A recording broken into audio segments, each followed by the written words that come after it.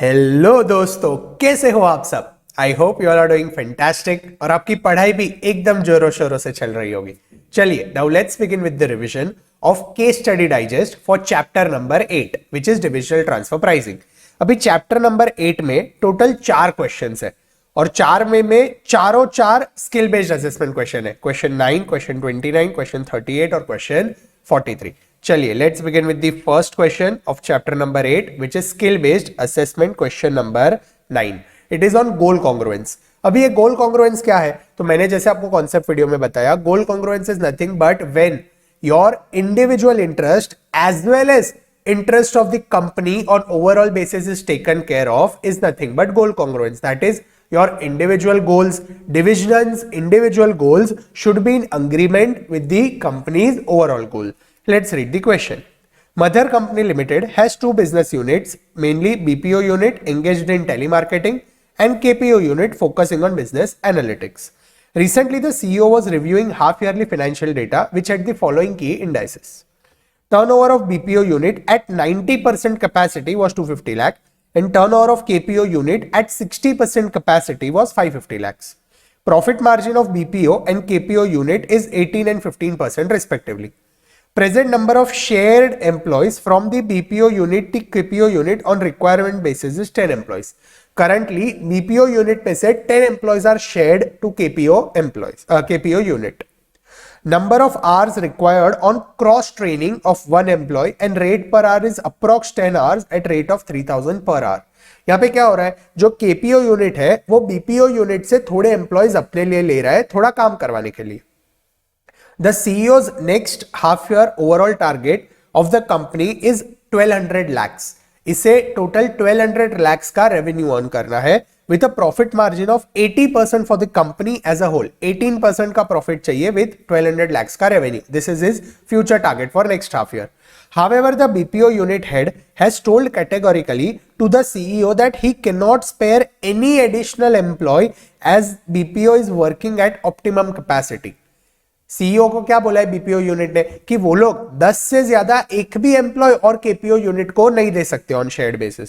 The KPO unit head on the other hand finds it cost effective to cross train the employees of BPO unit for specific tasks instead of hiring directly from the market. KPO unit एक employee centric unit है तो उन्हें थोड़े employees चाहिए and he feels के cross training अच्छा चल रहा है, कॉस्ट इफेक्टिव भी है और बीपीओ यूनिट के हम एम्प्लॉयज यहाँ पे यूज कर सकते हैं. Analyze the strategic problem that mother company is facing and list few suggestions in brief. हमें यहाँ पे क्या प्रॉब्लम फेस कर रहे हैं वो देखना है और फ्यू सजेशंस लिस्ट कर रहे हैं. अभी प्रॉब्लम क्या फेस कर रहा है वो देखने के लिए सबसे पहले तो हमें एक न्यूमेरिकल्स कैलकुलेट करना पड़ेगा, तो वो न्यूमेरिकल बेसिस पे हम कुछ आंसर दे पाएंगे. तो लेट्स कैलकुलेट. इसका बीपीओ यूनिट का 250 लाख है रेवेन्यू और केपीओ यूनिट का 550 है. बीपीओ यूनिट 90% कैपेसिटी पे ऑपरेट करता है, केपीओ यूनिट 60% पे ऑपरेट करता है. अगर ये दोनों यूनिट फुल कैपेसिटी पे ऑपरेट करे, तो उनका कितना टर्नओवर होगा? It will be 278 for BPO and 916 for KPO which comes to 1194 lakhs. CEO का टारगेट कितना है? सीईओ का टारगेट है 1200 lakhs. हेंस ये लोग यहाँ पे भी और 6 लाख शॉर्ट पड़ रहे हैं. अगर ये लोग फुल कैपेसिटी पे ऑपरेट करे फिर भी they are falling short of 6 lakh. Profit margin BPO का 18% है और केपीओ का 15% है. अगर ये लोग करंटली प्रॉफिट मार्जिन कितना अर्न कर रहे हैं, अगर वी कैलकुलेट 18% ऑफ 250 तो हमें मिलता है 45 और 15% ऑफ 550 विच कम्स टू 83. तो करंटली इनका प्रॉफिट है 45 लाख और 83 लाख. लेकिन अगर ये लोग फुल कैपेसिटी पे ऑपरेट करें विद सेम प्रॉफिट मार्जिन अगर ये लोग फुल कैपेसिटी पे ऑपरेट करते हैं विद सेम प्रॉफिट मार्जिन तो we get a profit of 50 lakh in BPO unit and 138 lakh in KPO unit which comes to total 188 lakh. अभी वो लोग ने क्या किया है कि उनका प्रॉफिट मार्जिन है 18 और 15%, लेकिन अगर वो लोग प्रॉफिट एट फुल कैपेसिटी पे काम करके अर्न करते विच कम्स टू 188 लाख और ये 188 लाख को अगर 1194 से डिवाइड करते तो दे गेट 16%. अगर ये 188 को 1194 से डिवाइड करते तो उन्हें कितना मिलता है? 16%. उनका टारगेट कितना है? 18%. तो नाउ लेट्स एनालाइज वो लोग ने क्या दिया है. In mother company both unit heads are focusing only on their respective unit performance rather than strategizing on company's performance growth as a whole. ऐसे क्यों लगा कि दोनों डिविजन्स खुद पर ही फोकस कर रहे हैं? Calculations revealed that BPO unit is a low margin and high manpower oriented unit as its overall contribution is just 35% share of the overall company. अगर आप ये टोटल 128 lakhs का प्रॉफिट देखते हो, उसमें से बीपीओ का शेयर सिर्फ 45 है. बीपीओ का शेयर कितना है? सिर्फ 45 lakh, which comes to just 35%. So अगर कोई कंपनी का एक डिवीजन सिर्फ 35% ऑफ द प्रॉफिट दे रहा है, लेकिन उसके वहां पे मैन पावर ज्यादा है, तो they should obviously give manpower to other department which is giving close to 65% of the revenue. तो यहां पे ये गोल कॉन्ग्रुएंस का इश्यू आ रहा है कि जो यूनिट्स है वो खुद के बारे में फोकस कर रहा है, ओवरऑल कंपनी के बारे में नहीं सोचता है. Calculations have revealed that BPO unit is only giving 35% share of overall contribution, whereas KPO is a high margin, low manpower oriented unit with 65% of the profit. It is clear that strategic problem is being faced by Mother Company Limited is concerned with divisional performance measures in term of goal congruence. The CEO's target for next half yearly is really ambitious, and this could be achieved only if goal congruence is met by the both head department. एक तो तुम्हारा revenue full capacity operate करके भी complete नहीं हो रहा है. Currently तुम्हारा प्रॉफिट मार्जिन भी 15 और 18% है, ओवरऑल बेसिस पे 16% हो सकते हैं या फिर 16% है. तो आपको अगर उसे 18% पर लेके जाना है तो you will have to actually maintain goal congruence. आपको कंपनी का बेनिफिट देख के फिर इंडिविजुअल परफॉर्मेंस यानी बीपीओ और केपीओ यूनिट को अपना परफॉर्मेंस पहले साइड में रख के ओवरऑल कंपनी का इंटरेस्ट देखना पड़ेगा, तब जाके सीईओ के जो टारगेट्स है वो अचीव हो गए. Few brief suggestions that we can give. क्या suggestions है? Overall revenue target of 1000 नहीं है, 1200 lakhs है. यहाँ पे ICI का printing mistake है. Overall revenue is 1200 lakhs to be achieved by cranking up utilization of each division at 100%. Still there will be a gap of 6 lakhs. तो वो हमने डिस्कस किया. ये हम लोग ने हमारे observations and we are suggesting. Companies profit margin of 16% is calculated at full capacity. अगर ये लोग फुल कैपेसिटी पे ऑपरेट करते हैं तब जाके उन्हें 16% मार्जिन मिलेगा, but they require 18% margin. Hence this also has to be increased by 2%. ये कैसे इंक्रीज करेंगे? By implementing cost cutting techniques. You try to reduce your cost by applying target costing, kaizen costing, six sigma, lean system. ये सारे techniques apply कर आप try करो कि आप कॉस्ट कम कर सको, तब जाके आपका प्रॉफिट मार्जिन बढ़ेगा. Cross training can be helpful in proper utilization of workforce. KPO unit को अगर बीपीओ के यूनिट के लेबर्स चाहिए या फिर एम्प्लॉयज चाहिए तो क्रॉस ट्रेनिंग अलाइव करो. इससे क्या होगा? लेबर का ज्यादा खर्चा भी नहीं होगा और वहीं का वर्क फोर्स यहाँ पे भी काम कर सकेगा, तो दे विल फील मोटिवेटेड कि उन्हें रोल चेंज मिल रहा है. And last, KPO unit should focus on further cost reduction and improve its profit margin.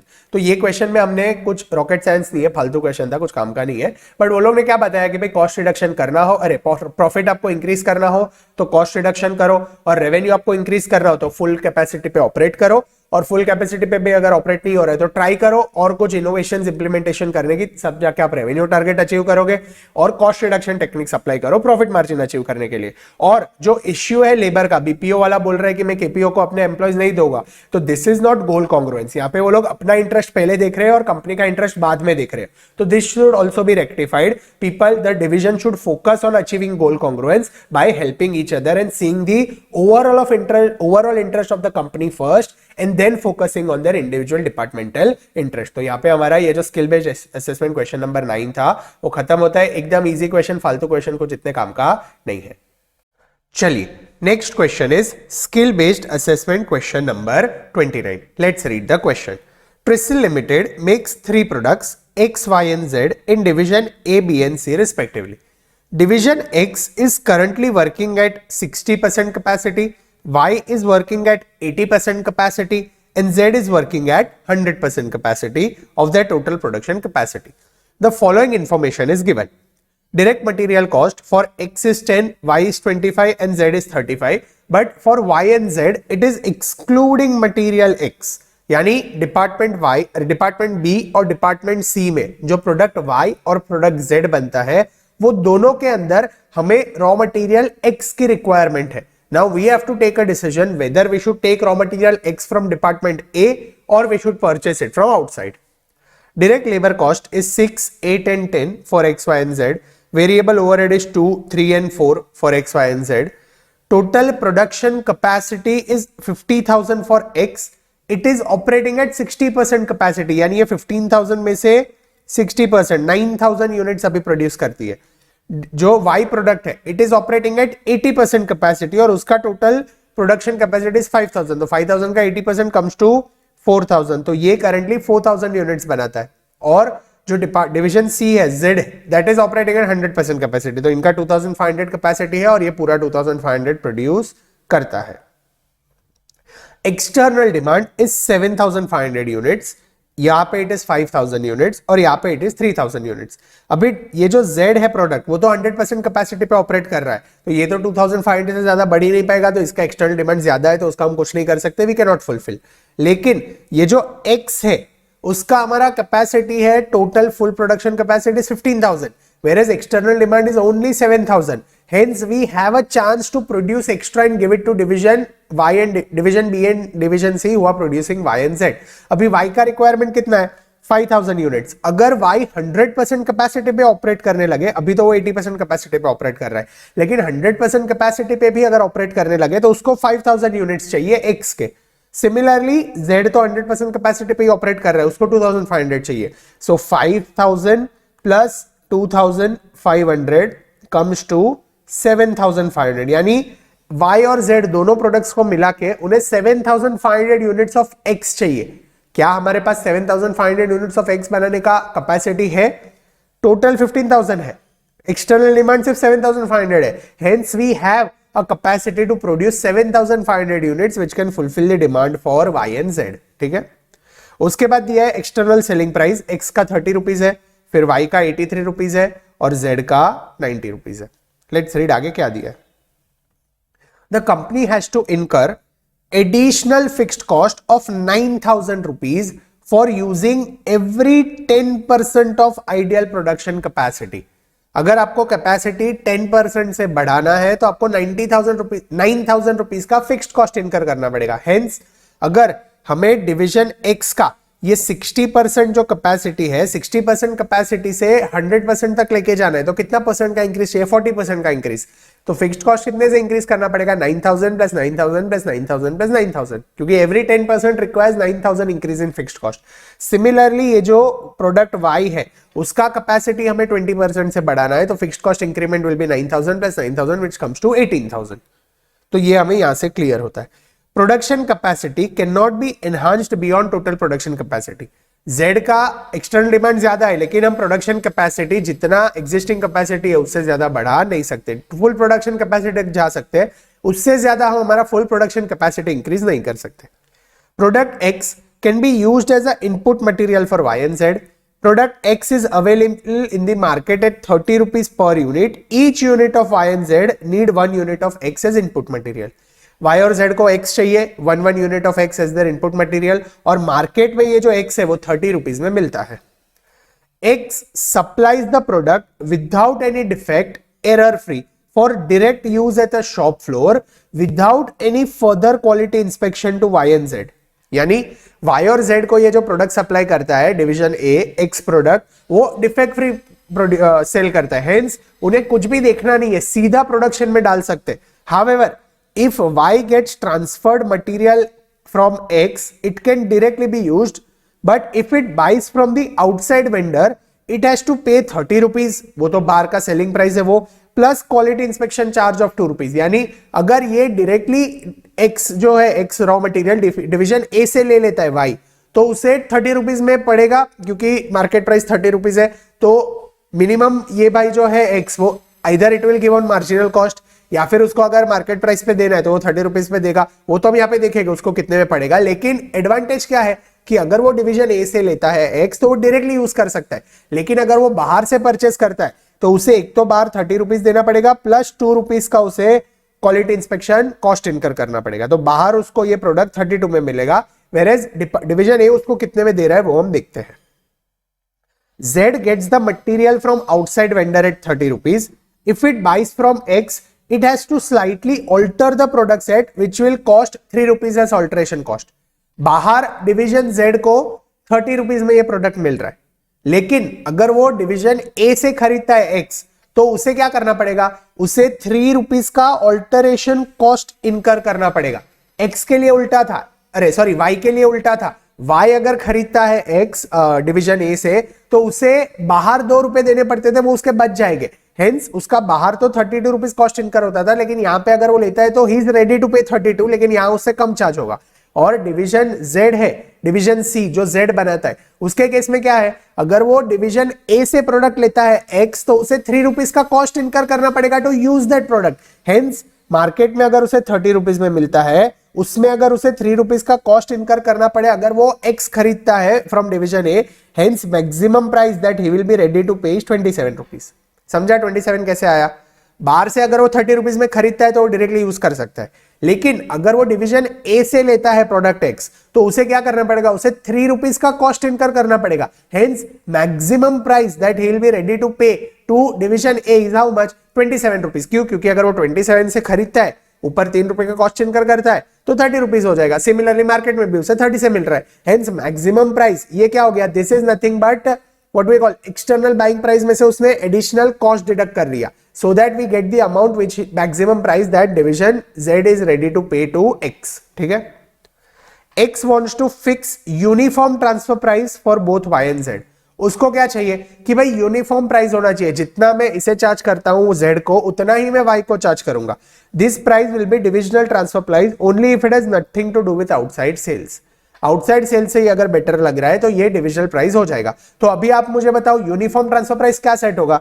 जो डिवीजन बी है, जो वाई बना रहा है, वाई वाले को 32 रुपीज ऐसे भी लगने वाला है। अगर वो बाहर से खरीदता है तो उसे 32 में एक्स मिलेगा, hence he is ready to pay 32 rupees. लेकिन ये जो जेड वाला बंदा है वो तो मैक्सिमम 27 रुपीज ही पे करेगा, क्योंकि अगर वो डिवीजन ए से एक्स खरीदता है तो उसे 3 रुपए का कॉस्ट इनकर करना पड़ता है, और मार्केट में उसे ये प्रोडक्ट 30 में मिल रहा है। Hence 30 - 3 27 is the maximum price that Z will pay for x.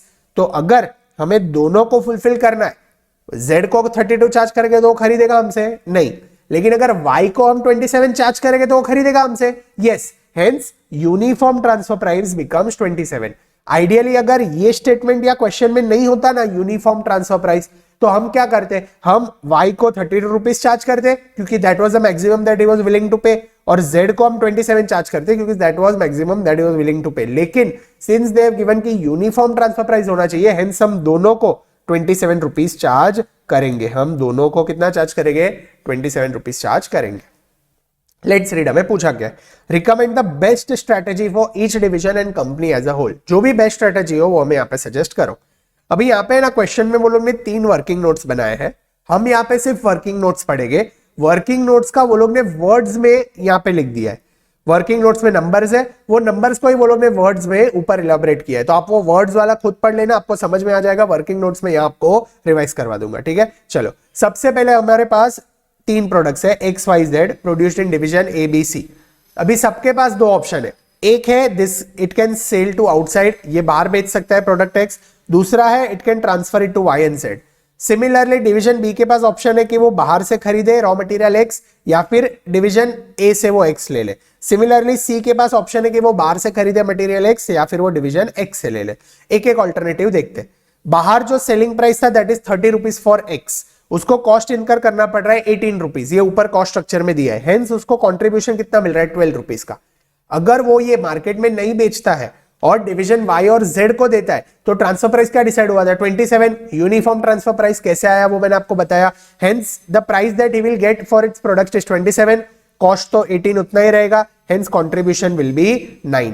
Since यहां पे उसका कंट्रीब्यूशन लॉस नहीं हो रहा है क्योंकि उसका एक्सटर्नल डिमांड ही 7500 है, 7500 का उसके पास स्पेयर कैपेसिटी है, तो वो स्पेयर कैपेसिटी में तो उसको जितना भी कंट्रीब्यूशन मिले उसे ले लेना चाहिए। हेंस यहाँ पे कंट्रीब्यूशन लॉस का कुछ भी फैक्टर ही नहीं होगा। 7500 यूनिट्स पे वो 12 रुपए कंट्रीब्यूशन कमाएगा, और बाकी के जो 7500 यूनिट्स है उस पर वो 9 रुपए का कंट्रीब्यूशन कमा के Y और Z को दे देगा, ठीक है।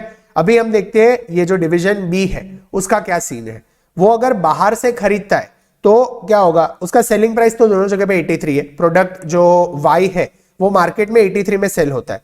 जो उनका वेरिएबल कॉस्ट है that is 36 rupees. Variable cost in both the cases is 36 rupees.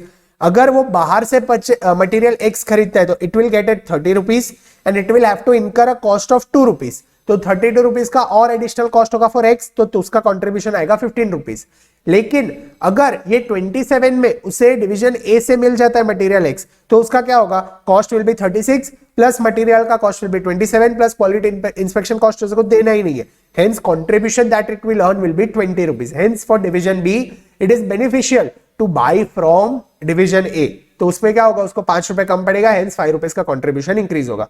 अभी ये जो डिवीजन सी है, जो जेड है, वो न्यूट्रल है, वो बाहर से खरीदेगा तो भी 30 में पड़ेगा, वो अगर डिवीजन ए से खरीदता है जो 27 में खरीदेगा, 3 रुपए का कॉस्ट इनकर करेगा तो वो भी 30 में पड़ेगा, हेंस उसका सेलिंग प्राइस 90 है, दोनों में वेरिएबल कॉस्ट 49 है। अगर वो बाहर से खरीदता है तो 30 रुपीज में मटेरियल पड़ेगा, डिवीजन ए से खरीदता है जो 27 में पड़ेगा, बट वो 3 रुपए का कॉस्ट इनकर करेगा, हेंस कॉन्ट्रीब्यूशन दोनों के केस में 11 रुपीज है। तो यहाँ पे वो लोग ने कंक्लूजन क्या दिया है, डिसीजन और internal transfer price, division wise cost of material X from outside is 30, in addition to inspection cost of 2 is required to be incurred from outside purchase. Therefore division Y would be able to pay equal to outside cost of internal material transfer, that is 32 rupees, which it can directly use.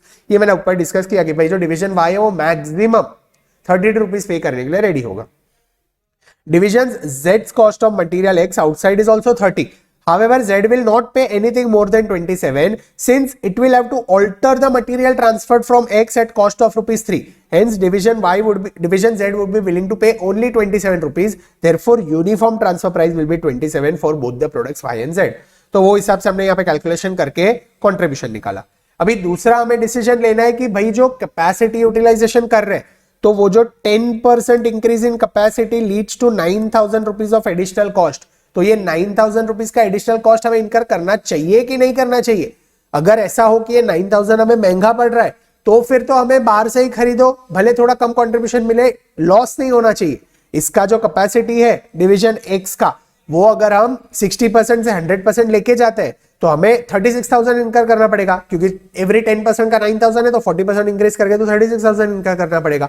तो ये 36,000 अगर हम इनकर कर रहे हैं to increase our capacity from 9,000 units to 15,000 units, तो क्या हमें वो 36,000 जितना कंट्रीब्यूशन मिल रहा है या नहीं, वो हमें यहाँ पे देखना है। तो उसका भी हम वर्किंग नोट देखेंगे, जो वर्ड्स में लिखा है वो आप पढ़ लेना, ठीक है।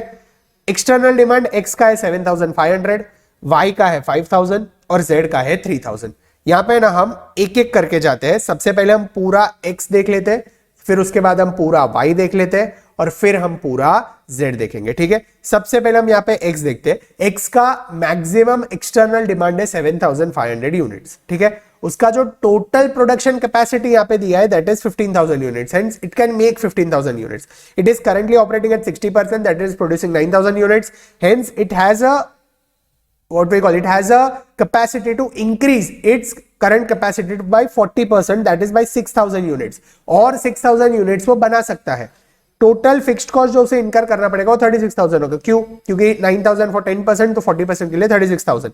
Hence in order to recover those 36,000 it will have to sell how many units. तो कंट्रीब्यूशन जो हमने ऊपर देखा वो कितना मिल रहा है, एक्स को 9 रुपीज का कंट्रीब्यूशन मिल रहा है by transferring it to Y and Z. Currently वो जितना प्रोड्यूस करे उससे तो वो एक्सटर्नल मार्केट का डिमांड फुलफिल करेगा। अभी वाई और जेड को ट्रांसफर करने के लिए वो कैपेसिटी बढ़ा रहा है, तो उसके लिए उसको 9 रुपए का कंट्रीब्यूशन मिल रहा है। Hence 36,000 divided by 9 comes to 4,000। अगर वो 4,000 यूनिट सेल कर पा रहा है तो 36,000 रिकवर हो जाएंगे, then increasing your capacity is beneficial. क्या वो 4,000 यूनिट्स बना पाएगा? 4,000 नहीं, वो तो 7,500 यूनिट्स बना पाएगा। 5,000 यूनिट्स फॉर वाई और 2,500 units for Z, which comes to 7,500 units. 7,500 units वो बनाएगा, उस पर 9 रुपए का उसे कंट्रीब्यूशन मिलेगा, which comes to 54,000. Hence, अगर वो कैपेसिटी एक्सपेंशन करता है तो उसे 54,000 का कंट्रीब्यूशन ऑन करने को मिलेगा, वर्सेस उसका जो कॉस्ट होगा वो 36,000 का होगा। Hence, it is beneficial to expand the capacity. Conclusion क्या है? Expand and make 15,000 units. 7,500 will be sold in the external market and 5,000 will be sold to Y and 2,500 will be sold to Z. तो यहाँ पे ये जो हमारा question है X से रिलेटेड वो खत्म होता है। Now let's move on to Y. Y में भी वो लोग ने वही किया है। उनका टोटल प्रोडक्शन कैपेसिटी है 5,000।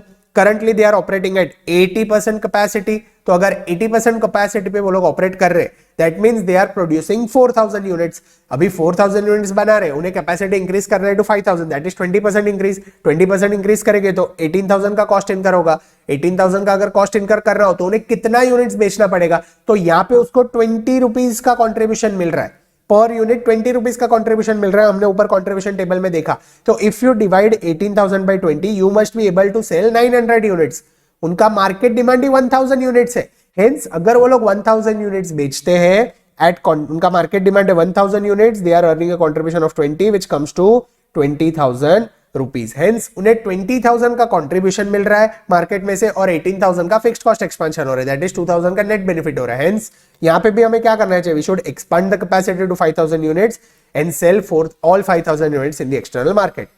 डिवीजन जेड में तो कुछ कर ही नहीं सकते, कैपेसिटी 100% पे ऑपरेट कर रहा है, hence we can not expand our capacity. यहाँ पे जो हमने डिस्कस किया ना पूरा वर्किंग नोट में, वही वो लोग ने यहाँ पे ऊपर पूरा थियरी में लिख के दिया है। आप एक बार रीड करोगे तो आपको समझ में आ जाएगा। लेट्स रीड अभी आगे क्या दिया है। अभी वो लोग ने टोटल कंक्लूजन दिया है कि अगर हम ये ट्रांसफर करते हैं प्रोडक्ट्स इंटरनली तो क्या हमें टोटली बेनिफिट हो रहा है या नहीं हो रहा है। ऑब्वियसली हो रहा है, कैसे हो रहा है वो हमने दिखाया है। पहले हम क्या करते थे, हम सिर्फ 7500 यूनिट्स एक्स के मार्केट में बेचते थे और 12 रुपए का कंट्रीब्यूशन अर्न करते थे, विच कम्स टू 9000। वाई भी हम 4000 बनाते थे जिस पर 15 रुपए का कंट्रीब्यूशन अर्न करते थे और मार्केट में बेच देते थे। जेड हम 2500 बनाते थे, 11 रुपए का कंट्रीब्यूशन अर्न करते थे, मार्केट में बेच देते थे, विच कम्स टू टोटल 177,500 का अर्निंग करते थे।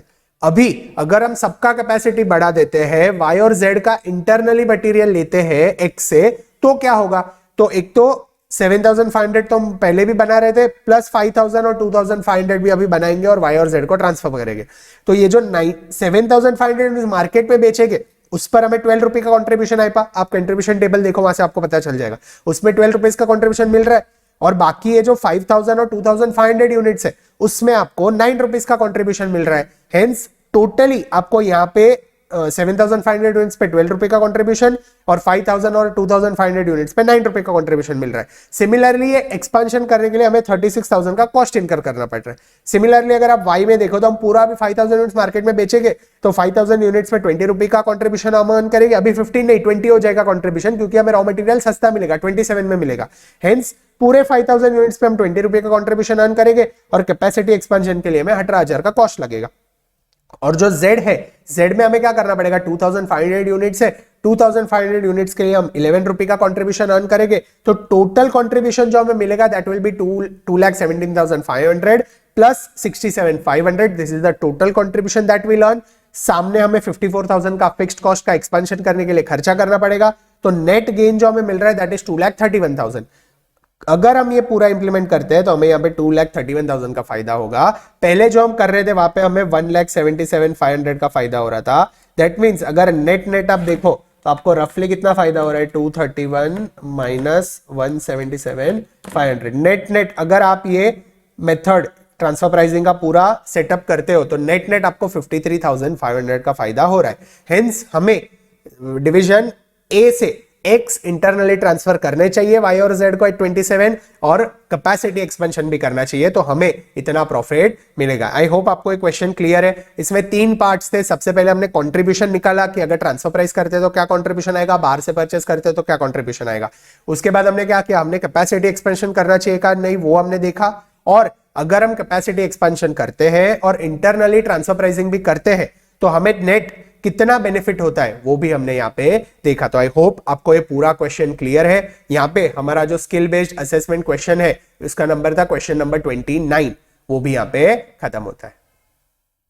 चलिए next question is skill based assessment question number 38। It is on goal congruence. अभी ये क्वेश्चन में क्या है, तो फर्स्ट पैराग्राफ में वो लोग ने दिया है कि the company is a manufacturer of cell phone and it has various operating units. बहुत सारे ऑपरेटिंग यूनिट्स हैं, they operate on a decentralized basis, यानी सारे यूनिट्स को डिसीजन मेकिंग अथॉरिटी है, वो लोग अपने डिसीजंस खुद लेते हैं। कंपनी का जो सीनियर मैनेजमेंट है, टॉप मैनेजमेंट है, they only oversee that whether the goal congruence is promoted और नॉट। यानी अगर कोई यूनिट ऐसा कुछ करता है जो ओवरऑल कंपनी के लिए बेनिफिशियल नहीं है तब जाके टॉप मैनेजमेंट बीच में पड़ता है। Otherwise each unit has its own decision making authority. Let's read the second paragraph.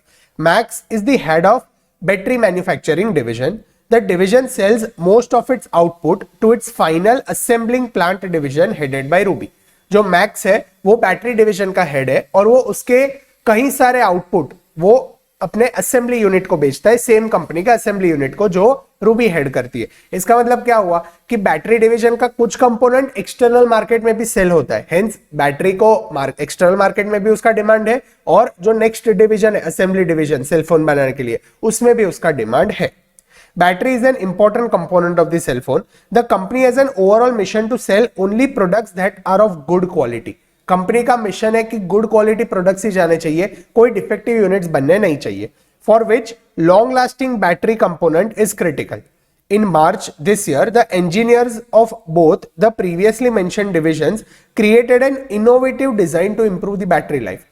जो असेंबली डिवीजन था और बैटरी डिवीजन था, दोनों ने मिलके एक इनोवेटिव बैटरी का प्रोटोटाइप डिजाइन किया। This newly designed batteries can be used in a new range of cell phones of the company which company have plan to produce. यानी ये जो नया बैटरी वो लोग ने बनाया है वो एक नए टाइप का सेलफोन जो कंपनी प्रोड्यूस करने की सोच रही है उसमें यूज कर सकते हैं। The battery division has spent 50 lakhs developing this suitable prototype that is acceptable to engineers from assembly plant division. जो असेंबली डिवीजन है जो एक्चुअली सेलफोन में बैटरी डाल के असेंबल करने वाला है, उनको जैसा चाहिए था वैसा ये नए टाइप का बैटरी बनाने के लिए बैटरी डिवीजन ने 50 लाख का इन्वेस्टमेंट किया है to make this prototype. As mentioned before, the part of sales for the battery division is also to the external customer. थोड़ा सेल्स वो लोग एक्सटर्नल कस्टमर को भी करते हैं। However, at current level, the battery division is operating only at 60% capacity, producing 60,000 units annually. ये जो battery division है वो कितने यूनिट्स बनाती है? 60,000 units, and it is operating at how much capacity? 60% capacity. Hence it has a total capacity to produce 1 lakh units. Its annual capacity is 1 lakh units. The annual demand for newly developed battery would be an additional 40,000 units. ये जो नए batteries वो लोग बनाएंगे वो 40,000 ही चाहिए, तो उनका पूरा कैपेसिटी यूटिलाइज हो जाएगा अगर वो नए टाइप के बैटरीज बनाते हैं और ये नए टाइप के batteries at a reasonable transfer price assembly division को ट्रांसफर करते हैं। By accepting this internal order, the entire annual capacity of battery division can be utilized. It is now close to year end of the company. A very important metric to determine the payout for division's financial performance is out. Therefore, there is an intense pressure to sell more and cut the cost. Each division maintains its own separate accounting records. यानी यहाँ पे क्या बोला कि हर एक division को अपना profit centre है, अपना प्रॉफिट खुद करना है, अपने अकाउंटिंग रिकॉर्ड्स खुद मेंटेन करने हैं टू एंश्योर कि उन्हें प्रॉफिट मिल रहा है, क्योंकि उसी पर वो लोग का इंसेंटिव्स बेस्ड है। Max wants to charge a transfer price of 300 per unit of battery. Total manufacturing cost is 250 per unit, while variable cost is 230 per unit. Max को कितना चार्ज करना है? जो ट्रांसफर प्राइस मैक्स बोल रहा है charge करने का, दैट इज 300। उसका जो वेरिएबल कॉस्ट है वो कितना है? उसका variable cost is only 230 rupees और टोटल कॉस्ट है दैट इज 250 रुपीज। तो यहाँ पे हमें क्या दिया है कि भाई इनका टोटल कॉस्ट 250 है, उसमें फिक्स्ड कॉस्ट 20 रुपए का है, वेरिएबल कॉस्ट 230 है, and Max wants to charge 300 rupees as the transfer price to assembly division. Ruby, the manager of assembly plant, has been trying to convince Max to reduce the transfer price to 275 per unit. Ruby argues that additional production of new range of cell phone would help utilize this unused capacity. Ruby बोल रही है कि ऐसा तेरे पास capacity है, you have excess capacity, you have free capacity, you are operating only at 60% capacity. तो तू एक काम कर, मेरे को 275 में बेच दे. Ruby is even not telling to sell at 230 or 250. She is telling to charge a transfer price of 275, जिसमें भी थोड़ा मार्कअप है, लेकिन Max is like नहीं, I want to sell at 300. In line with the current arrangement, she wishes to get all her batteries from in-house department due to higher quality level. However, she finds the cost of 300 very high. She shares a quote from other vendors of similar quality batteries where average market price is 275. She wants to buy from the battery division because the quality of battery division is very good. However, in the market, these batteries are available at 275 rupees. Hence, she is telling the battery division to Max that you charge 275 for the same battery. She wishes Max to provide her with the batteries at this rate, which she feels is a more competitive price. Market में भी यही price में battery मिल रही है. Hence, she is telling कि भाई 275 में बेच. लेकिन Max बोल रहा है नहीं, मेरे बैटरी की क्वालिटी अच्छी है. Hence, I will sell it 300. As per company's policy, if the cell phone is found defective within 1 year from the date of sale, it will be completely replaced by a new phone. Cost of replacement of the cell phone is 3,000 per cell phone. The annual demand for newly developed cell phone is expected to be 40,000 units. Batteries procured from the outside vendor could result in 0.1% of sales becoming defective. अगर आपने batteries बाहर के vendor से लिए हैं तो 0.1% chances है कि आपके जो प्रोडक्ट्स लिए वो 0.1% प्रोडक्ट डिफेक्टिव निकल सकते हैं. These will require replacement of the entire cell phone by the company. Ruby argues that this is a minuscule portion of the annual sales. All the same, to keep this minimum threshold, quality inspection procedures are in place that will cost company 5 lakh per year. अगर बाहर से ये लोग ये batteries खरीदते हैं तो ये 0.1% को मेंटेन रखने के लिए कि इससे ज्यादा डिफेक्टिव ना निकले, उसके लिए उन लोगों को 5 लाख पर ईयर का एक क्वालिटी इंस्पेक्शन करवाना पड़ेगा रूबी को. Batteries manufactured in-house have always met the required quality standard. It will not result in any defective product. ये 300 क्यों चार्ज कर रहे हैं? क्योंकि ये बोल रहे हैं कि मेरे बैटरीज कभी डिफेक्टिव होते ही नहीं है, hence I'll charge 300. अगर आप मार्केट से 275 में लेते हो तो 0.1% के बैटरीज डिफेक्टिव आएंगे तो वो आपको फोन रिप्लेस करके देना पड़ेगा, और दूसरा आपको 5 लाख रुपीस का जो कॉस्ट है वो इनकर करना पड़ेगा. हेंस 40,000 यूनिट्स का न्यू सेलफोन बिकेगा, उसका 0.1% आप करते हो तो आई थिंक 40 यूनिट्स आता है. वो 40 यूनिट्स को रिप्लेस करने के लिए आपको 3,000 रुपीस देने पड़ेंगे. तो 3,000 इंटू 40 विच कम्स टू 1,20,000. तो वो एक खर्चा होगा, ऊपर से 5 लाख का खर्चा होगा. ये दो खर्चे हो गए अगर हम बाहर के वेंडर से खरीदते फोन, सॉरी बाहर के वेंडर से हम बैटरीज खरीदते.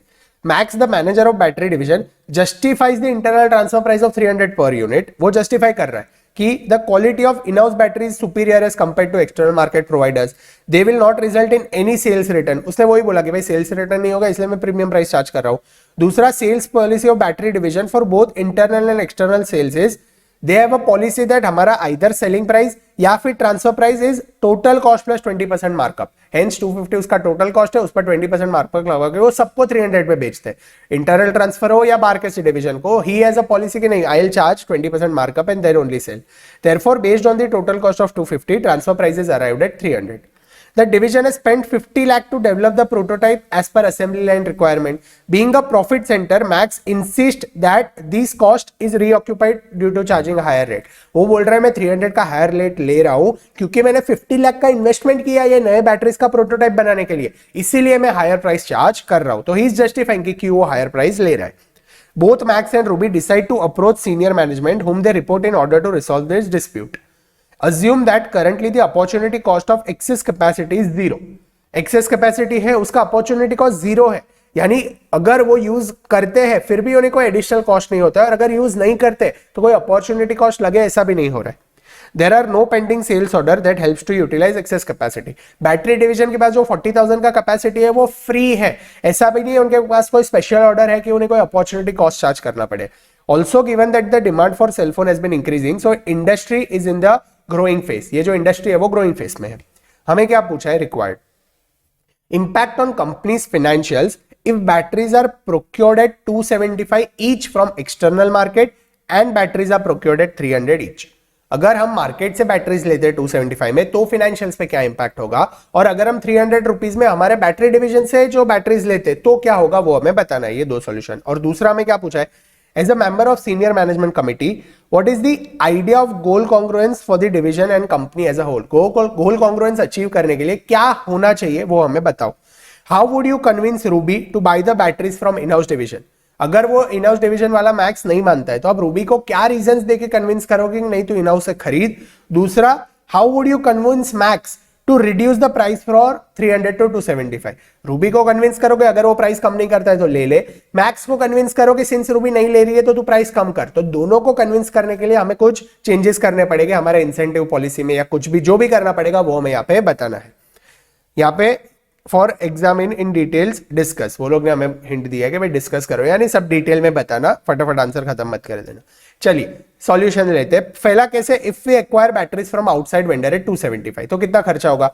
एक तो प्रोक्योरमेंट कॉस्ट होगा, 40,000 बैटरीज पर 275 रुपीज देना पड़ेगा विच कम्स टू 1.1 CR. इतना खर्चा तो सिर्फ बैटरी प्रोक्योर करने का होगा. उसके साथ हमें क्वालिटी इंस्पेक्शन करना पड़ेगा 5 लाख का, 5 लाख का quality inspection which is 0.05 crore.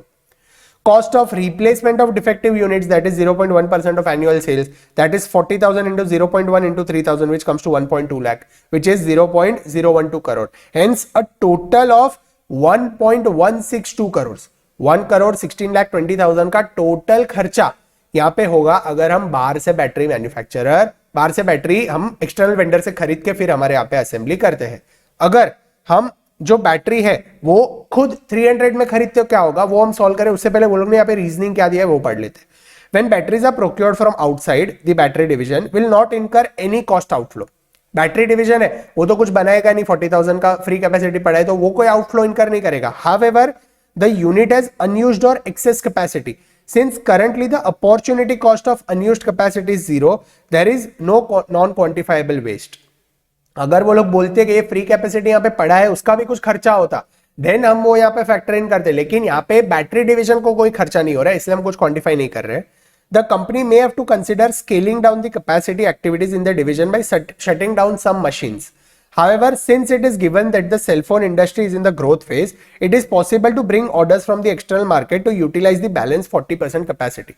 वो लोग क्या बोल रहे हैं, अगर हम बैटरी डिवीजन से बैटरीज नहीं खरीदते, एक्सटर्नल वेंडर से खरीदते, तो ऐसा हो सकता है कि वो 40% कैपेसिटी यूटिलाइज हम ना कर पाए इसलिए मशीन बंद करने पड़े जिसकी वजह से मशीन बिगड़ जाएगा. लेकिन यहाँ पे क्या हो रहा है कि ये जो सेलफोन इंडस्ट्री है वो ग्रोथ फेज में है तो दे आर लाइक कि शायद बाहर से हमें कस्टमर्स मिल जाएंगे तो हम उनको 40% कैपेसिटी में से जो बना पाए उतना बेच देंगे. अगर हम एक्सटर्नल वेंडर से खरीदते हैं तो कुछ ना कुछ हम ढूंढेंगे टू इंश्योर कि भाई वो 40% जो कैपेसिटी फ्री है वो हम यूटिलाइज करें.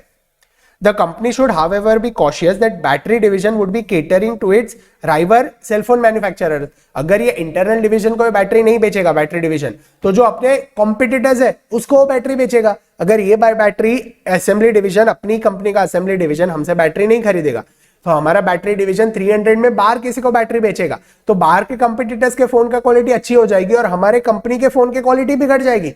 तो यहाँ पे तो गोल कॉन्ग्रुएंस कोई एंगल से मैच नहीं हो रहा है, यहाँ पे कोई गोल कॉन्ग्रुएंस मेंटेन ही नहीं कर रहा है. ये तो क्या हो गया, उल्टा चोर कोतवाल को डांटे जैसा टाइप का हो गया. अपने ही कंपनी में अच्छा प्रोडक्ट बन रहा है लेकिन वो अपने ही कंपनी के डिवीजन को नहीं मिल रहा है और बाहर वाले वो खरीद के अपना प्रोडक्ट अच्छा बना रहे. तो ऐसे केस में क्या होगा, यहाँ पे ये जो it goes against the concept of goal congruence that could affect company's ability to sustain the business in the long run. यहाँ पे गोल कॉन्ग्रुएंस मेंटेन ही नहीं होगा. हेंस अगर एक्सटर्नल वेंडर से आप खरीदते हो तो गोल कॉन्ग्रुएंस का इश्यू आ सकता है. दूसरा यहाँ पे battery procured at 300 per unit. अगर बैटरी 300 पर यूनिट में हम इंटरनल डिवीजन से ही प्रोक्योर करते हैं तो क्या होगा, the net cost outflow for the company will be 92 lakh. Overall company को 92 लाख का खर्चा होगा. कैसे, let's read. The battery division would earn a revenue of 300 per unit while incurring a variable cost of 230 per unit. The total production cost is 250 that includes a fixed cost of 20 per unit. However, this is ignored as it is a sunk cost. Fixed cost is sunk cost तो उसको 20 rupees को ignore कर रहे हो. Hence हम क्योंकि ideal capacity free capacity पड़ी है hence fixed cost is as such a sunk cost तो उसको तो भूल जाओ. तो नेट खर्चा कितना हो रहा है बैटरी डिवीजन को 230 रुपीज, वो बेच रहा कितने में 300 में. Hence it is making a 70 rupee contribution. Hence it is earning a net revenue of 70 rupees. Total additional revenue earned from internal transfer will be 40,000 into 70 which comes to 28 lakh. 28 lakh का net revenue मिल रहा है किसको, battery division को. This comes with an additional benefit that unit operating at full capacity producing high quality component for the another unit within the company thereby aiding goal congruence. एक तो इतना revenue मिल रहा है, ऊपर से दो एडवांटेज क्या है, गोल कॉन्ग्रुएंस भी फुलफिल हो रहा है, अच्छी क्वालिटी के प्रोडक्ट्स भी बन रहे हैं और हमारा जो फुल कैपेसिटी है वो भी यूटिलाइज हो रहा है. तो this is a win win for everyone. The assembly plant division would incur a cost outflow of 1.2 crore. जो असेंबली डिवीजन है, बैटरी डिवीजन को 28 लाख का प्रॉफिट होगा लेकिन जो असेंबली डिवीजन है उसको तो 40,000 यूनिट्स के लिए 300 रुपीज पे करना पड़ेगा तो उसको 1.2 करोड़ का खर्चा होगा. उसको क्या होगा, उसको 1.2 करोड़ का खर्चा होगा. Hence 1.2 crore will be the cost of internal transfer. Although this is costlier than the option from procuring from external vendor, वहां पे 1 करोड़ 16,20,000 था, यहाँ पे 1 करोड़ 20 लाख से तो थोड़ा ज्यादा खर्चा हो रहा है यहाँ पे. लेकिन it assures high quality. High quality का मिलेगा, एक भी डिफेक्टिव यूनिट बनेगा नहीं. Sale of defective cell phones can be avoided thereby improving company's brand image. तो थोड़ा ज्यादा खर्चा अगर असेंबली डिवीजन करने को यहाँ पे रेडी है तो कंपनी का ब्रांड इमेज भी इंप्रूव होगा, उसे विदाउट डिफेक्टिव मतलब डिफेक्टिव प्रोडक्ट्स भी नहीं मिलेंगे और इंटरनली ओवरऑल बेसिस पे देखो तो यहाँ पे कंपनी को सिर्फ और सिर्फ 92 लाख का खर्चा होगा क्योंकि 1.2 करोड़ माइनस 28 लाख का बेनिफिट जो बैटरी डिवीजन को हो रहा है. तो नेट अगर आप एक ही कंपनी में रह के यहाँ पे 1.162 करोड़ किसी और को दे रहे हो उससे अच्छा 92 लाख ही दो ना, उतना स्पेंड ही करो. समझे, अगर एक्सटर्नल डिवीजन को आप दे रहे हो तो यू विल हैव टू इनकर 1.162 करोड़ कंपनी में से ही और बैटरी डिवीजन का तो कैपेसिटी फ्री पड़ा रहेगा. उससे अच्छा तो नेट बेसिस पे भले बैटरी डिवीजन 28 लाख रुपया कमाए और असेंबली डिवीजन 1.2 करोड़ स्पेंड करे, नेट नेट कंपनी के पॉकेट में से तो 92 लाख ही जाएगा ना। हेंस दिस इनकरिंग 1.162 करोड़ से तो इट्स बेटर कि incurring just 92 lakh and buying at higher price from internal division rather than going to external vendors. तो यहां पे वो लोग ने वही दिया है कि it's better two by from internal division rather than going from external vendor, क्योंकि हमें नेट 92 लाख का ही आउटफ्लो हो रहा है, वहां पे तो हमें 1.162 करोड़ का आउटफ्लो हो रहा है। Conclusion, it is better to manufacture batteries in house due to following reason. एक तो external procurement cost is 275 while cost of manufacture battery internal is 230, क्योंकि 230 मिल रहा है, बाहर से 275 में मिलेगा, इंटरनली 230 में मिलेगा, क्योंकि that is the variable cost, fixed cost is sunk cost. Quality of in-house production is better, hence you need not incur additional expense for quality check. Other, it promotes goal congruence as each division will work towards sustaining company's growth. ये जो battery division है वो अच्छी quality की batteries जो बना रहा है वो अपने ही कंपनी में हमारे डिवीजन के पास रहेगी, तो इनडायरेक्टली कंपनी का ही जो प्रोडक्ट है वो अच्छा बनेगा, hence this will promote goal congruence. तो ये सारे बेनिफिट्स है जिसकी वजह से हमें इन हाउस मैन्युफैक्चरिंग करना चाहिए। अभी ये जो रूबी है, रूबी और मैक्स के बीच में नेगोशिएशन चल रहा है, तो you convince Ruby and you convince max कि भाई तू प्राइस कम कर या फिर तू प्राइस ज्यादा दे। तो कैसे कन्विंस करेंगे? सबसे पहले हम रूबी को कन्विंस करते हैं। Ruby argues in favour of procuring similar batteries from the market at 275। वो बोल रहे हैं कि मार्केट में 275 में मिल रहा है तो मैं 300 क्यों पे करूं। Overall, it cost 1.2 crore per year to procure components as against a division bearing an internal cost of 1.2 crore. हम उसे समझा रहे हैं कि यहाँ पे तेरा 1.2 करोड़ जा रहा है, ऊपर उसका 1.162 करोड़ जा रहा है, तो ऐसे 3-4 लाख रुपए ही बच रहा है ना। However, by using external batteries, replacement of defective cost is 0.1% of annual sales, that is 40 units. Ruby may argue that it is a small portion of annual sales. However, you can explain her that the company's image of providing quality products may be hit because of this. For a company, procurement cost along with cost of replacement and additional quality inspection cost makes it costlier than producing it in-house. अगर आप ये सारे cost देखो कि inspection करो, defective करो, क्या पता थोड़ा ज्यादा डिफेक्टिव अगर यूनिट्स बन जाए तो ये उल्टा ज्यादा कॉस्टली हो जाता है। ये क्या हो जाता है? ज्यादा कॉस्टली हो जाता है। उसको मार्केट में 275 में जो बैटरी मिल रहा है उस पर अगर वो क्वालिटी इंस्पेक्शन का कॉस्ट करती है, फिर वो डिफेक्टिव यूनिट्स का कॉस्ट करती है, तो उसे ये 290 में पड़ रहा है। 1.162 crore divide by 40,000 units which comes to 290। तो 275 की जगह सच वो प्रोडक्ट 290.5 में पड़ रहा है, तो इट्स बेटर थोड़ा 300 रुपए दे दो और इन हाउस मैन्युफैक्चरिंग कर रहा हूं, क्योंकि ओवरऑल कंपनी पे बेसिस पे तो हमें इन हाउस मैन्युफैक्चरिंग 230 में ही पड़ रहा है ना। बाहर से 290 में खरीदना उससे अच्छा गोल कॉन्ग्रुएंस का ध्यान रखो। ओवरऑल कंपनी बेसिस पे तो 230 का ही खर्चा हो रहा है, hence you should buy at 300 और whatever price the division is selling, because overall company के बेसिस पे प्रॉफिट मेंटेन रहता है। The fact internal transfer is a better option has to be reasoned out to Ruby. She in turn should given the assurance that company would give importance to other non-financial metrics while evaluating her bonus pay. वो लोग क्या बोल रहे हैं? अगर internal division से आप लेते हो तो we won't give you bonus basis your profit, क्योंकि यहाँ तो उसे महंगा मिल रहा है। तो हमें क्या करना चाहिए? One of this could be the number of successful innovative designs collaborated with other department. अगर आप उसका बोनस प्रॉफिट पे के बेसिस पे ना पे करके कितने नए प्रोटोटाइप से लोग बना रहे हैं साथ में मिलके, मतलब दिस विल प्रमोट यूनिटी कि साथ में मिलके अगर आप जितने अच्छे प्रोटोटाइप्स बना पाते हो उतना आपको ज्यादा बोनस देंगे। तो इससे क्या होगा? दोनों डिपार्टमेंट साथ में आके काम करेंगे, which will promote goal congruence. This would have a more positive impact on employee morale. Excessive emphasis on financial metrics could lead to a decision that may be beneficial to the department but detrimental to the company. यानी अगर आपने ज्यादा focus profit पे किया कि भाई incentives आपके profit पे ही बेस्ड है, तो प्रॉब्लम हो सकता है, क्योंकि देन कंपनी विल थिंक कि नहीं भाई हमें प्रॉफिट कमाना है। अगर आपके जो मेजर्स है बोनस देने के वो सारे थोड़े नॉन फाइनेंशियल उस पे शिफ्ट हो जाते हैं, यूनिटी पे, फिर कोलैबोरेशन पे, फिर इनोवेटिव डिजाइन पे, तो ऐसे मेजर्स पर आप एनालाइज करके बोनस देते हो तो company will start working towards goal congruence. अभी मैक्स को समझाओ। मैक्स को कैसे समझाएंगे? The battery division is currently operating at 60% capacity with additional order to produce 40,000 units capacity can be utilised completely.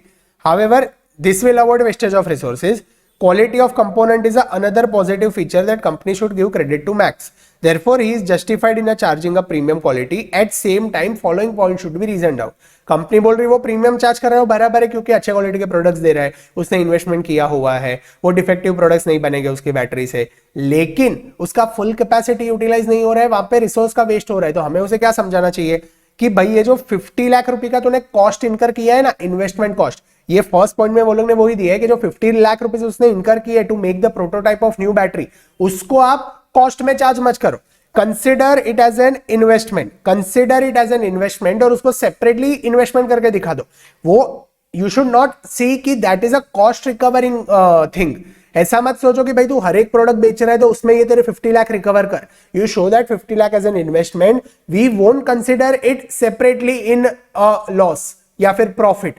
जब भी आप उसे बोनस देते हो तभी उसका कंपनी का या डिवीजन का टोटल प्रॉफिट निकालते हो, तो ये इन्वेस्टमेंट को एक्सक्लूड कर दो। You can tell him we will exclude this investment, hence you don't recover the cost of this investment on per unit basis from another division. तो इससे क्या होगा, इससे वो भी मोटिवेटेड होगा, वो भी प्राइस कम करेगा कि नहीं भाई जितना मेरा इन्वेस्टमेंट का खर्चा हो रहा है वो तो इन्वेस्टमेंट में क्लासिफाई हो रहा है, मेरा प्रॉफिट अफेक्ट नहीं हो रहा है, हेंस मेरा बोनस भी अफेक्ट नहीं होगा। दूसरा पॉइंट हम उसे क्या बोल सकते हैं, it is given that opportunity cost for excess capacity is nil, therefore units excess capacity is a waste. उसके पास फ्री कैपेसिटी पड़ा है, अगर वो कैपेसिटी यूटिलाइज नहीं करता है तो ये वेस्ट हो जाएगा। Hence we must tell him कि ओवरऑल कंपनी के बेसिस पे ऐसे स्पेयर कैपेसिटी पड़ी हो तो हमारा जो कॉस्ट होता है that is only marginal cost. Hence, you must try to utilize your full capacity and try to give the product to another department at marginal cost. हमें तो उसे बोलना चाहिए कि स्पेयर कैपेसिटी हो तभी ideal thing that you should charge to another department is marginal cost, at least उतना तो कमा ले तू। लेकिन यहाँ पे वो मान नहीं रहा है तो यू कैन एक्सप्लेन हिम कि भाई मार्जिनल कॉस्ट चार्ज कर, वो नहीं मान रहा है तो थोड़ा मार्कअप लगा पे चार्ज कर, लेकिन तेरा जो कैपेसिटी है वो फुल्ली यूटिलाइज कर। Therefore, as a senior committee member, Max has to be reasoned out in reducing the transfer price of 300 per unit. Ideally, the transfer price should include only marginal cost of 230.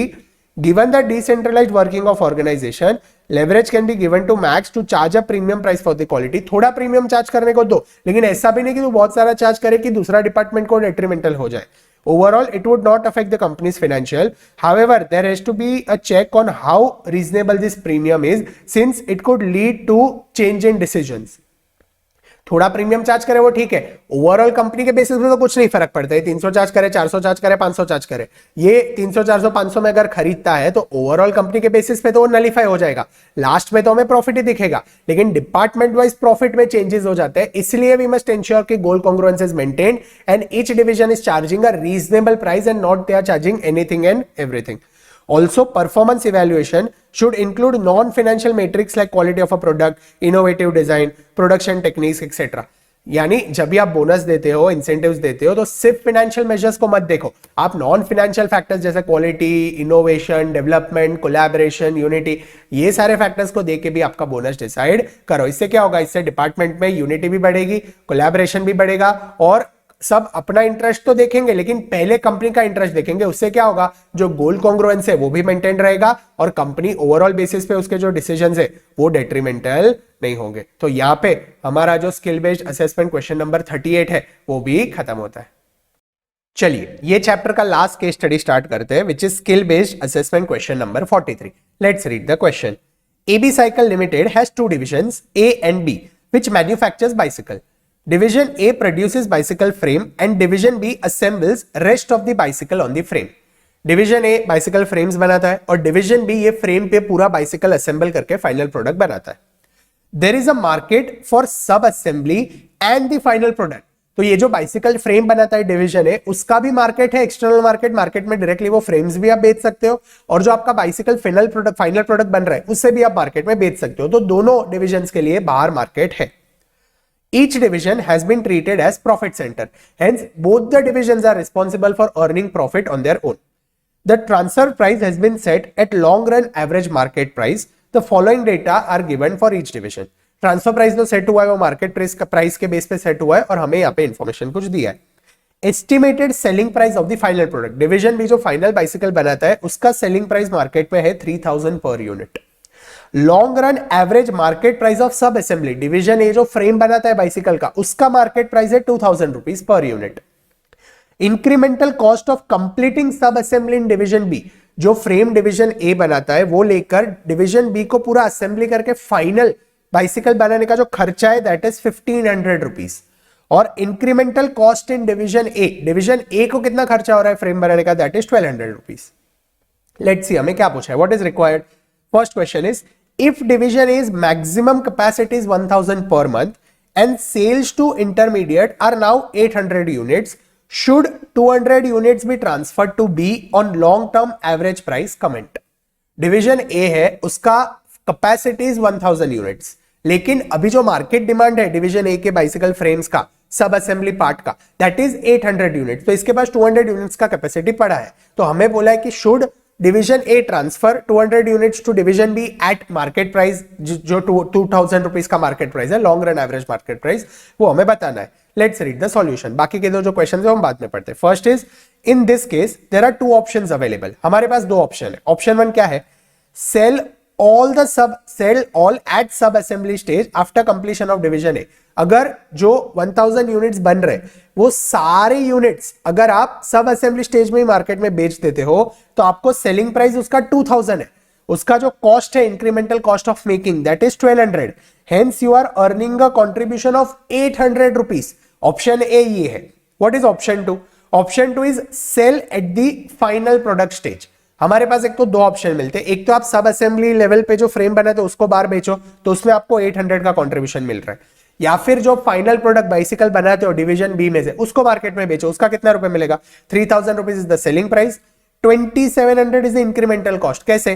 1200 rupees division A में खर्चा होता है और 1500 rupees division B में खर्चा होता है. तो टोटल कॉन्ट्रीब्यूशन हमें कितना मिलता है? 300 rupees. Hence selling sub assembly part या फिर selling the frame is more profitable than selling the entire bicycle. वो हमें यहां से पता चलता है. लेट्स रीड वो लोग ने क्या दिया. Therefore, it is profitable to sell at sub-assembly stage because of higher contribution provided there is a market.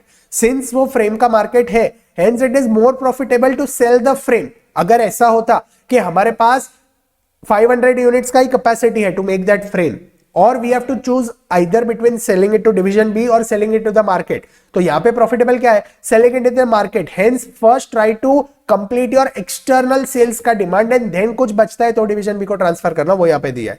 Hence, if the market at intermediate stage is there, first priority is to sell in the intermediary as there is a contribution of 800 rupees. Therefore, what this company should do?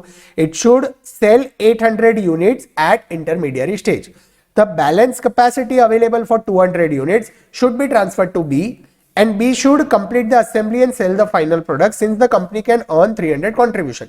अभी 200 पड़ा है, वो market में बिक ही नहीं रहा है, तो वो जो आपका एवरेज प्राइस आता है उस पर डिवीजन बी को दे दो, तो डिवीजन बी उसका फाइनल प्रोडक्ट बना के मार्केट में बेचेगा, तो 300 रुपए का कॉन्ट्रीब्यूशन हमें वहां से मिलेगा.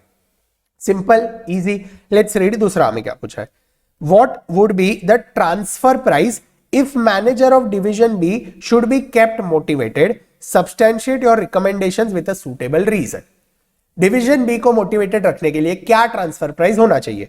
अभी डिवीजन ए है, वो तो प्रोडक्ट मार्केट में 2000 में बेच सकता है, तो वो ऑब्वियसली डिवीजन बी को 2000 से कम में नहीं देगा. 200 यूनिट्स का जो स्पेयर कैपेसिटी है वो 1200 रुपीज में दे सकता है. क्यों? क्योंकि उसका तो डिमांड ही नहीं है. Hence he can charge marginal cost, it is access capacity. अभी ये जो डिवीजन बी वाला बंदा है वो फाइनल प्रोडक्ट मार्केट में 3000 रुपीज में बेच सकता है. उसको जो कॉस्ट इनकर होता है वो कितना है? 1500 rupees. Hence this comes to 1500 rupees is the net revenue उसको मिलेगा. ऊपर से इसमें जो डिवीजन ए के पास से उसे जो प्रोडक्ट मिलने वाला है वो कितने का है? 1200 रुपीज का. Hence he will earn a contribution of 300 rupees. अभी ये जो 1200 रुपीज का हमने प्रोडक्ट ए में से जो कॉस्ट लिया दैट इज मार्जिनल कॉस्ट, लेकिन डिवीजन ए तो उसको 2000 में ही देगा क्योंकि मार्केट में 2000 रुपीज में बिक रहा है. Hence if division A tells that I will transfer my frame at 2000 rupees only, then division B will always make a loss of 500 rupees. Division B को तो हमेशा लॉस होगा 500 रुपीज का. भले ओवरऑल बेसिस पे कंपनी को 300 का profit हो रहा है, लेकिन since division A is transferring its raw material to division B at 2000 rupees, division B will always incur a loss of 500 rupees. Hence will never be motivated. तो यहाँ पे सॉल्यूशन क्या दिया है? लेट्स रीड वो लोग ने क्या दिया है answer. If division B receives sub assembly at market price of 2000 plus it has to incur an incremental cost of 1500, given the total cost will be 3500 by yielding a loss of 500 per unit. market price 3000 है तो ये हमेशा loss करेगा, whereas company will make a profit of 300 per unit. The loss of 500 per unit would demotivate the manager of division B. This would impact the company in-house production of bicycle, yield a positive result. ये क्या होगा? अगर वो बंदा हमेशा loss कर रहा है तो वो डिमोटिवेटेड होगा, इसकी वजह से कंपनी के ओवरऑल प्रोडक्शन पे भी अफेक्ट होगा. a profit of 300 per unit. In order to keep the manager of division B motivated, the company can adopt dual rate transfer pricing. Company can adopt dual rate transfer pricing. हमने concept video में देखा था, अगर transfer pricing में conflict होता है, issue होता है, तो हम दो टाइप के ट्रांसफर प्राइस अप्लाई कर सकते हैं, दो टाइप के मेथड्स अप्लाई कर सकते हैं. One was dual rate transfer pricing और one is two part transfer pricing. Dual rate transfer pricing में देयर आर टू रेट्स और टू पार्ट ट्रांसफर प्राइसिंग में there is only one rate. Two part transfer pricing में हम क्या करते हैं, we actually charge a lump sum amount to marginal cost और दोनों डिविजन्स वो ही कॉस्ट पे रिकॉर्ड करते हैं. और ड्यूअल रेट ट्रांसफर प्राइसिंग में क्या करते हैं, ड्यूअल रेट ट्रांसफर प्राइसिंग में जो सप्लाइंग डिवीजन है वो नॉर्मल प्रॉफिट मार्जिन चार्ज करके परचेसिंग डिवीजन को बेचेगा. Hence in his books he will record at cost plus a normal profit margin.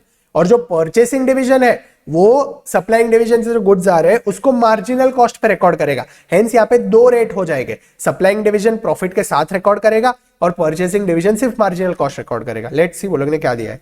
Division A can record the transfer price at long run average market price of 2000 per unit.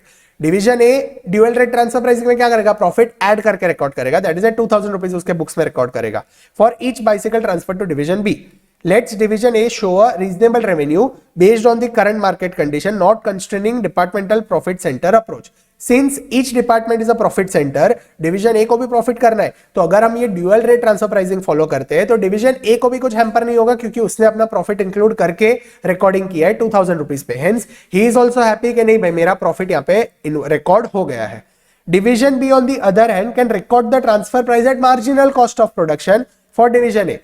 That is marginal cost is 1200 per unit. If division B is allowed to record the transfer price at 1200 per unit for this assembly unit, division A would also show a profit of 300 per unit. तो यहाँ पे division B भी profit पे record करके खुश होगा और division A भी profit पे record करके खुश होगा. Hence division B को हमें क्या करना चाहिए, marginal cost पे record करने देना चाहिए 1200 per rupees. तो उसे 300 का profit मिलेगा, तो he is also happy and division A is also happy. तो dual rate transfer pricing में क्या होता है, दो रेट होता है, एक सप्लाइंग डिवीजन प्रॉफिट के साथ वाले रेट पे रिकॉर्ड करेगा और जो परचेसिंग डिवीजन है वो सिर्फ मार्जिनल कॉस्ट पे रिकॉर्ड करेगा. हमने वही देखा कि 3000 में अगर डिवीजन बी सेल करता है तो उसको 1200 और 1500 का कॉस्ट होगा, हमने उसे 1200 पे रिकॉर्ड करने की परमिशन दी, hence he will make a profit of 300. The problem with dual transfer pricing system is that it can complicate the record since division A records transfer price at 200 per sub assembly unit transfer to division B and division B records it transfer price at 1200 per unit that it purchases from A.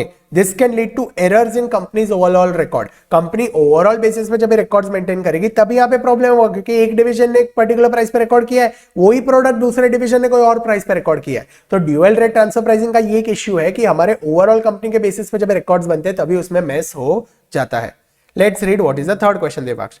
If outside market increases to 1000 units, should division A continue to transfer 200 units to division B or sell the entire production outside?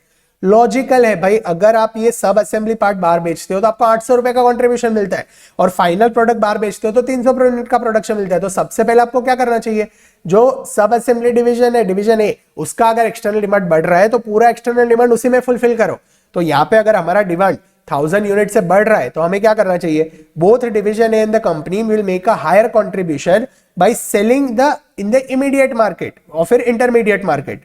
If the market demand increases to 1000 units, the full quantity should be sold outside at an intermediary and nothing should be transferred to division B. क्यों? क्योंकि division A को ज्यादा contribution मिल रहा है तो it is obvious कि आप वो फ्रेम ही बार बेच दो तो आपको 800 रुपए का कंट्रीब्यूशन मिलेगा. डिवीजन बी को अगर ट्रांसफर करोगे तो आपको 300 रुपीज का कंट्रीब्यूशन मिलेगा. Hence if market demand increases the division A should supply its entire production to the outside market and should not transfer anything to division B. तो यहाँ पे हमारा स्किल बेस्ड असेसमेंट क्वेश्चन 43 भी खत्म होता है. एकदम सिंपल क्वेश्चन था, इजी क्वेश्चन था, इतना कुछ काम का क्वेश्चन नहीं था. तो यहाँ पे हमारे ट्रांसफर प्राइसिंग के सारे केस स्टडी के क्वेश्चंस खत्म होते हैं.